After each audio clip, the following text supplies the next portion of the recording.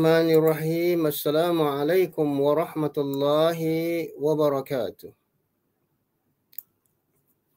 Subhanaka la ilma lana illa ma 'allamtana innaka antal alimul hakim. Astaghfirullahal azim, astaghfirullahal azim, astaghfirullahal azim. Rabbana hab lana min azwajina wa dhurriyyatina qurrata a'yun waj'alna lil muttaqina imama. ربنا وجعلنا مسلمين لك ومن ذريتنا أمة مسلمة لك وأرنا مناسكنا وتب علينا إنك أنت التواب الرحيم.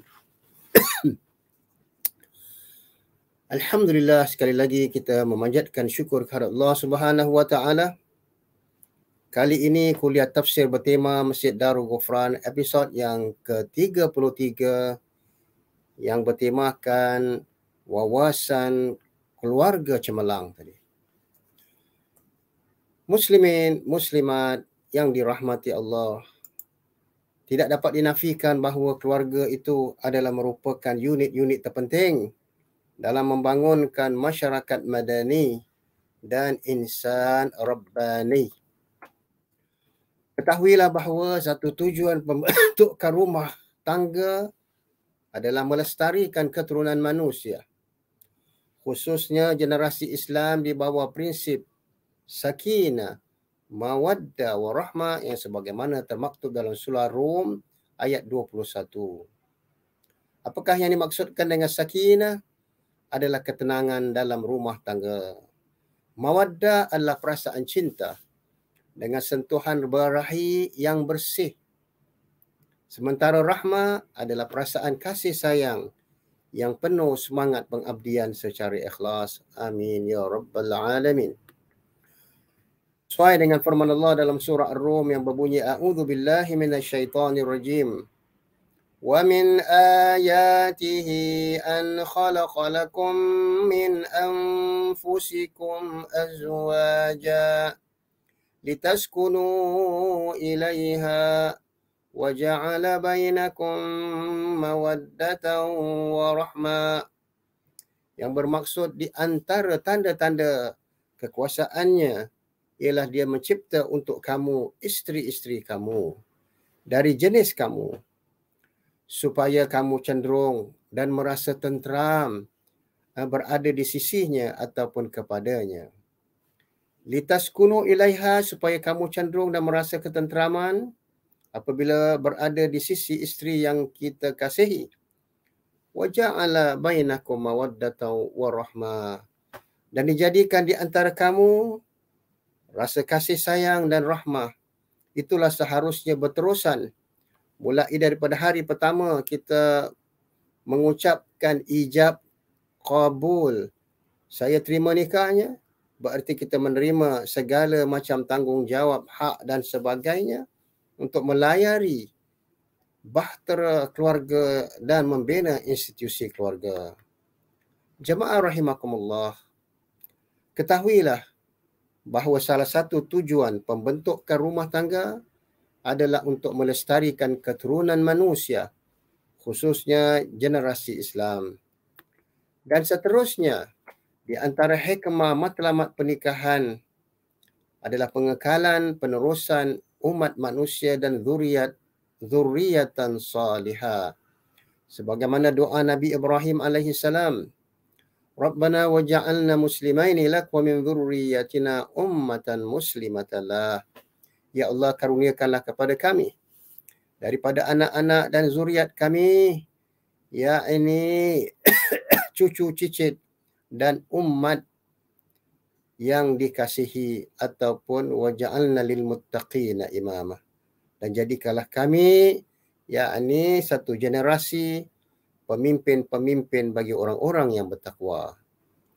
Ketahuilah kestabilan kerohanian samarah, sakinah, mawaddah dan rahmah mempunyai jaminan sosial dan ekonomi, meluaskan kerabat, kaum kerabat, dan begitu juga membanyakkan zuriat, silaturahim, keazaman untuk berusaha dan berkorban. Apabila seseorang itu mulai dia mendirikan rumah tangga, dia mempunyai keazaman untuk berusaha dan berkorban untuk melayari bahtera keluarga. Dan akhir sekali adalah proses pembentukan nilai-nilai di dalam institusi keluarga kita. Seterusnya, sebagaimana firman Allah Subhanahu wa taala di dalam surah At-Tahrim, ya ayyuhalladzina amanu qu anfusakum wa ahlikum nara waquduhan nasu wal hijara. Wahai orang-orang yang beriman, peliharalah, selamatkanlah diri-diri kamu, wa ahlikum, dan ahli keluarga kamu, daripada api neraka yang mana bahan bakarnya adalah manusia dan batu-batu, wa iyazbillah min zalik. Nah, soalan di sini bagaimana? Bagaimana untuk kita memelihara dan menyelamatkan ahli keluarga kita daripada azab api neraka? Maka dari itu, ia memerlukan pendidikan dan pengorbanan yang berterusan. Menurut Imam Al-Qutadah, mengatakan ayat ini bermaksud qu anfusakum, peliharalah diri-diri kamu dan ahli keluarga kamu dari api neraka adalah kamu perintahkan mereka taat kepada Allah dan kamu larang mereka daripada membangkang perintah Allah. Kemudian kamu tuntun mereka, kamu pegang tangan mereka, kamu didik mereka dan melaksanakan perintah-perintah Allah. Dan jika kamu melihat mereka berbuat maksiat dan dosa, kamu cegah mereka dan larang mereka daripada melakukannya. Itulah sebenarnya kepimpinan keluarga, dan ibu bapa yang cemerlang lagi bertanggungjawab. Maka dari itu, nak menyelamatkan keluarga daripada api neraka sebenarnya adalah ibu bapa aktif. Mendidik, mengajar, mengasuh anak-anak tentang nilai-nilai keislaman dalam diri-diri mereka agar dapat membentuk mana'ah ataupun kekebalan dari pengaruh-pengaruh luar yang negatif, agar mereka terus tumbuh besar dengan subur, dengan iman dan ketakwaan dan nilai-nilai yang mulia. Nah, di antaranya yang pertama sekali ialah peranan suami. Peranan sang suami sebagai manager atasan ataupun top management dalam menentukan hala tuju, visi dan misi keluarga. Sementara peranan sebagai seorang isteri, manager pertengahan ataupun operasional, yakni dari struktur keluarga dalam mendidik, mengasuh dan membimbing ahli keluarga mereka bersama. Seterusnya, doa Nabi Ibrahim alaihi salam. Kita masih berada dalam bulan Muharram. Kita baru selesai sahaja bulan Zulhijjah. Di antaranya setelah Nabi Ibrahim dan Ismail membina Kaabah, mereka berdua berdoa dengan Allah.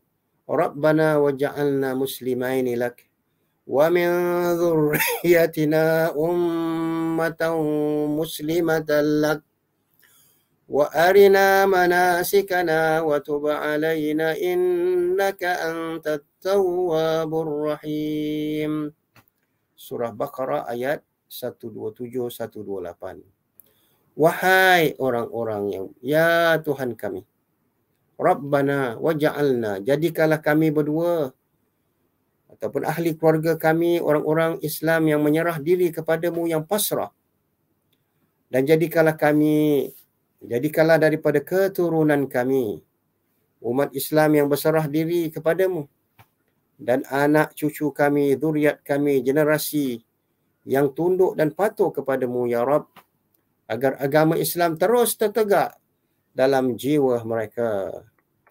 Seterusnya, di antara visi misi keluarga mithali Nabi Ibrahim alaihi salam, Nabi Ibrahim dalam membentuk keluarganya dan anak-anak serta zuriatnya merupakan suatu perjuangan, pengorbanan dan ketaatan yang sungguh-sungguh hebat dan kesabarannya.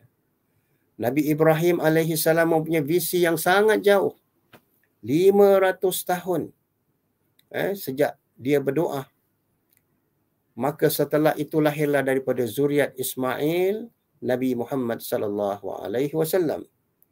Ketika dia meletakkan asas pertama, yakni masjid dan Kaabah, yakni asas tauhid dan ibadah yang saleh dalam membentuk keluarga cemerlang.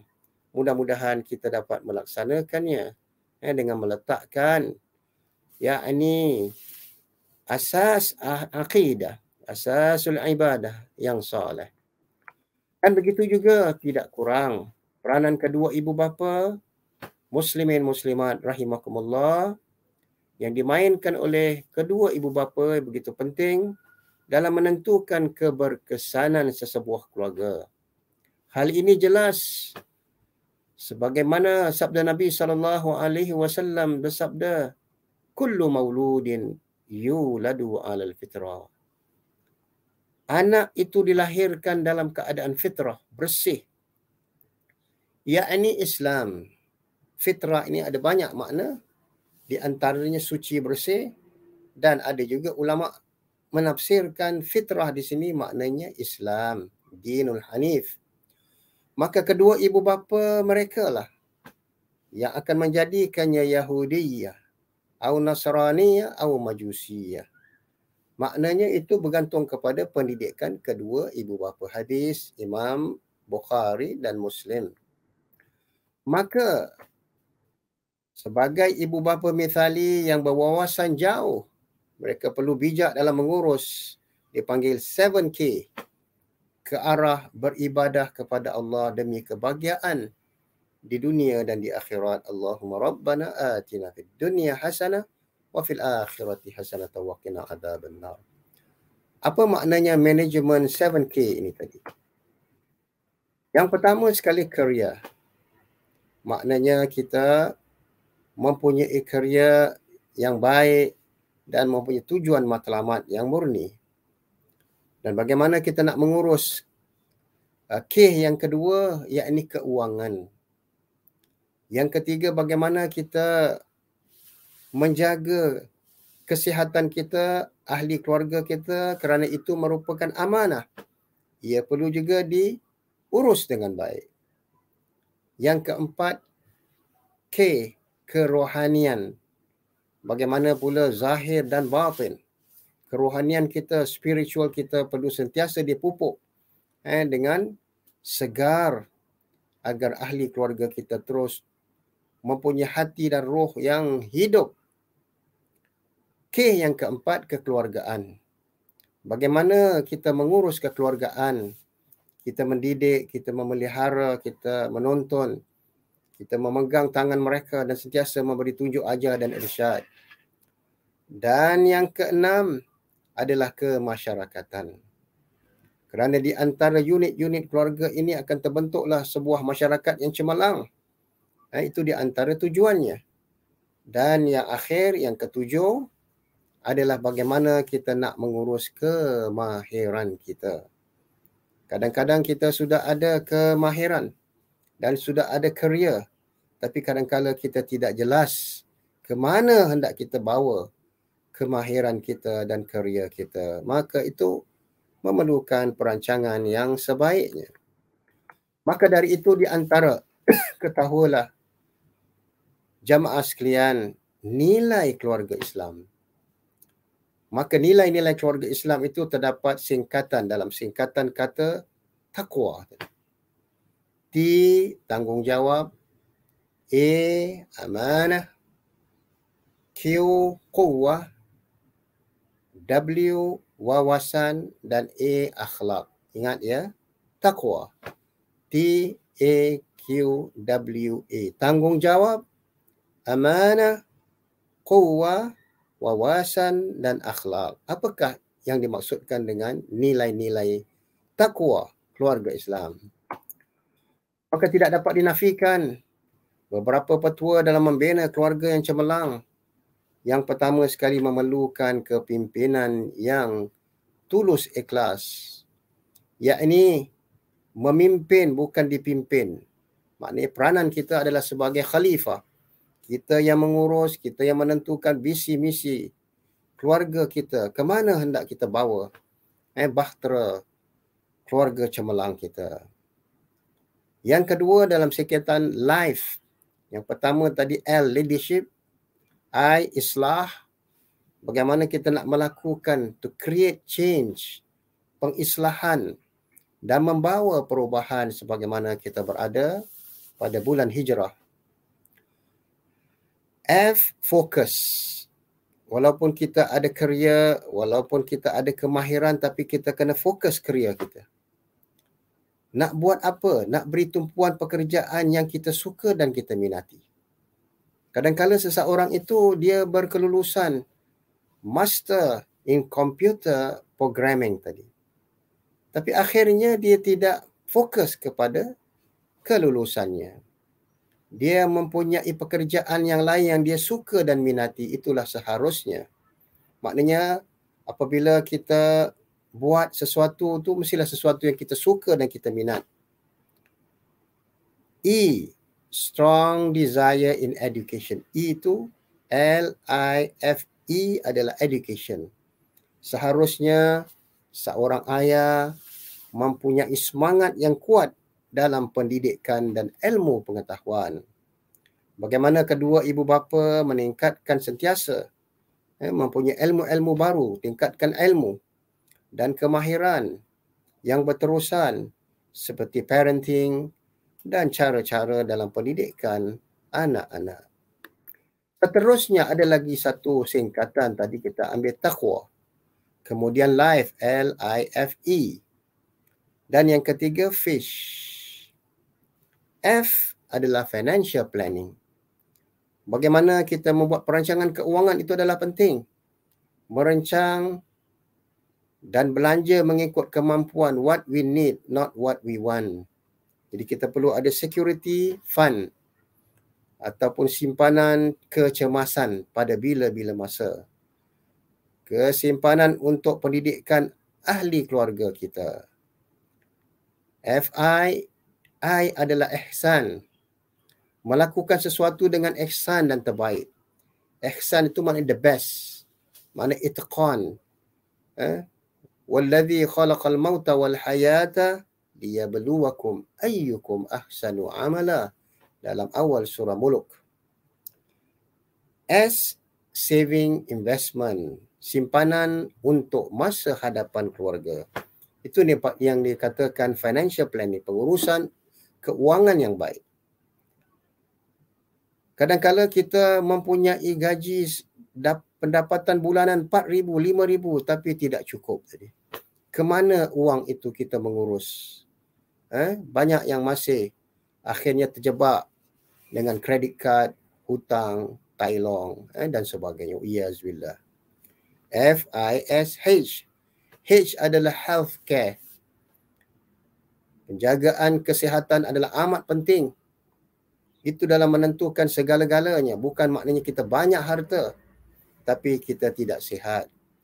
Maka dari itu healthy lifestyle, yakni kesihatan, sangat bernilai di mana uang tidak boleh dapat membelinya. Kesihatan itu wang tidak dapat membelinya. Dan tidak boleh ditebus dengan wang dan harta. Maka itu sekali lagi saya ingatkan F-I-S-H. F adalah financial planning. I adalah ihsan, melakukan sesuatu dengan terbaik. S adalah saving and investment. Dan H adalah healthcare, penjagaan kesihatan yang bernilai. Dan akhir sekali, bagaimana kita hendak membawa keluarga kita agar sentiasa diberkati oleh Allah. Di sana ada 6 petua keluarga dalam membuka pintu-pintu rezeki. Nabi SAW berkata kepada Anas, Ya Anas, idza dakhalta ala ahlika fasallimu alaihim. Wahai Anas, setiap kali kamu masuk keluar rumah kamu, maka berilah salam kepada ahli keluarga kamu. Kerana memberi salam itu maknanya Assalamualaikum warahmatullahi wabarakatuh. Ia membuka pintu-pintu rezeki. Yang kedua di antara pintu-pintu rezeki ialah budaya tilawah bersama ahli keluarga. Kita meruangkan masa seminggu mungkin 3 kali, setiap kali lepas maghrib ataupun lepas asar ataupun lepas subuh. Pastikan ada halaqah Quran bersama ahli keluarga yang dipimpin oleh seorang ayah pemimpin cemerlang. Begitu juga seorang ayah harus menjadi imam dan melatih anak-anak lelakinya untuk menjadi imam, kerana budaya solat berjemaah membuka pintu-pintu rezeki. Ketahuilah, inilah pengalaman saya. Dahulunya kami baru-baru saya pulang daripada pengajian di luar negeri. Saya alhamdulillah dapat pekerjaan mengajar di sebuah madrasah yang mana saya punya gaji ataupun pendapatan hanya antara 800 hingga 1000. Kemudian mendapat 200 allowance asatizah daripada MUIS tadi. Cubalah awak bandingkan dan fikirkan dan bayangkan. Saya mempunyai 3 orang anak, gaji hanya $1000, tapi alhamdulillah Allah berkati. Sebagaimana Allah mengatakan, Allahumma barik lana fima razaqtana. Ya Allah, Engkau berkatilah kami daripada apa yang Engkau telah merezekikan kepada kami. Yang keempat, di antara petua keluarga membuka pintu rezeki ialah mengamalkan doa-doa harian dan zikir. Sejak daripada kita bangun pagi, alhamdulillahilladzi ahyana ba'da id amatana wa ilaihin nusyur. Kita nak tidur, kita mengamalkan budaya bismikallahumma amut wa ahya. Dan doa-doa lain. Ketika keluar rumah, bismillahi tawakkaltu ala Allah wala hawla wala quwwata illa billah. Allahumma inna ala dhikrika wa syukrika wa husni ibadatik. Yang kelima, budaya makan berjamaah bersama ahli keluarga. Itu memang tidak dapat dinafikan. Budaya sunnah ratusan ribu tahun yang dianjurkan oleh Nabi SAW, sentiasa makan berjamaah. Agar di situlah dalam ketika kita makan, kita masih boleh memberi pendidikan tunjuk ajar kepada ahli keluarga kita ataupun berbincang dan musyawarah. Dan yang terakhir, yang keenam ataupun yang ketujuh adalah budaya menjamu tetamu. InsyaAllah akan terbuka pintu rezeki. Sebagaimana Nabi SAW qala, "Idza dakhala dhaifun baital muslim, dakhala ma'ahu alfa rahmatin wa barakah." Yang bermaksud apabila datangnya seorang tetamu muslim, masuk bersamanya 1000 rahmat dan barakah, atau kama qala. Jadi sekali-sekala kita menjamu tetamu walaupun sekedar sederhana, hanya mungkin minum teh ataupun biskut ataupun roti ataupun kuih-kuih, ataupun kalau sekiranya ada rezeki lebih menjamu makanan. Selanjutnya, kesimpulan dan cadangan ke mana hala tujunya wawasan keluarga kita. Ketahuilah jamaah sekalian, pendidikan anak-anak merupakan satu jihad pengorbanan. Satu jihad yang memerlukan pengorbanan dari kedua ibu bapa tadi. Walaupun kalau kita lihat 50 tahun dahulu, 60 tahun dahulu, ibu bapa kita bukanlah orang yang hebat dan cemerlang. Bukanlah orang yang lulusan degree master ataupun PhD.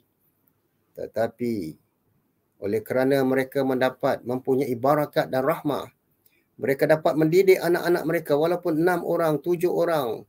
Semuanya sampai ke Menara Gading dan menjadi anak-anak yang cemerlang. Ibu bapa terlebih dahulu perlu mencerminkan budaya sihat dan tauladan yang baik supaya menjadi ikutan kepada anak-anaknya. Anak-anak adalah cermin kepada kedua ibu bapa. Anak-anak adalah cermin kepada ibu bapa, dan kita mahu ibu bapa, kita tidak mahu di mana ibu bapa itu ibarat ketam mengajar anaknya berjalan lurus tetapi dia jalan sengit. Wa iyazubillah min zalik. Maka itu kita sentiasa berdoa, Rabbana waj'alna muslimina lak wa min dhurriyyatina ummatan muslimatan lak wa arina manasikana wa tub 'alaina innaka antat tawwabur rahim. Akhir sekali adalah sentiasa mendoakan suami mendoakan isteri, kerana Nabi SAW bersabda, "Thalathatu da'wat la turad." Ada 3 doa yang pasti Allah tidak akan menolak. Ada 3 jenis doa. Di antaranya da'watul walid li waladih. Doa kedua ibu bapa untuk anak-anaknya. Yang kedua doa seorang musafir. Apabila kita musafir, kita mendoakan ahli keluarga kita agar dipelihara oleh Allah dan menjadi keluarga mithali cemerlang. Doa seorang yang berpuasa, da'watus sha'im. Nah, hari ini termasuk 9 Muharram, besok 10 Muharram, kita menggalakkan ahli keluarga kita sama-sama berpuasa. Maka pada saat-saat terakhir hendak berbuka puasa, kita mengangkat tangan berdoa, bermunajat kepada Allah. Ketika itu Allah melihat kita dengan belas kasihannya. Maka itulah di antaranya jamaah sekalian rahimakumullah, di antara tujuan dalam kita mendidik, membimbing dan menjana insan adabi demi untuk melahirkan masyarakat madani. Amin amin ya rabbal alamin. Allahumma la ilaha illa antal mannan badi'us samawati wal ard ya dzal jalali wal ikram. Ya muqallibal qulub thabbit qulubana ala dinik. Rabbana hab lana min azwajina wa dhurriyyatina qurrata a'yun waj'alna lil muttaqina imama. Ya Allah, ya Tuhan kami, Tuhan yang membolak-balikkan hati-hati manusia. Engkau tetapkanlah hati-hati ini, anak isteri kami, cucu-cucu kami dan zuriat kami senantiasa berada dalam perjalanan agama-Mu, dan peliharalah kami daripada azab api neraka. Sehingga kita bertemu sekali lagi pada episod yang akan datang insya-Allah taala. A'udzu billahi minasyaitonir rajim wal 'asri innal insana lafi khusr illa alladhina amanu wa 'amilus solihat wa tawassaw bil haqq wa tawassaw bis sabr. Subhanakallahumma wa bihamdika asyhadu an la ilaha illa anta astaghfiruka wa atubu ilaik.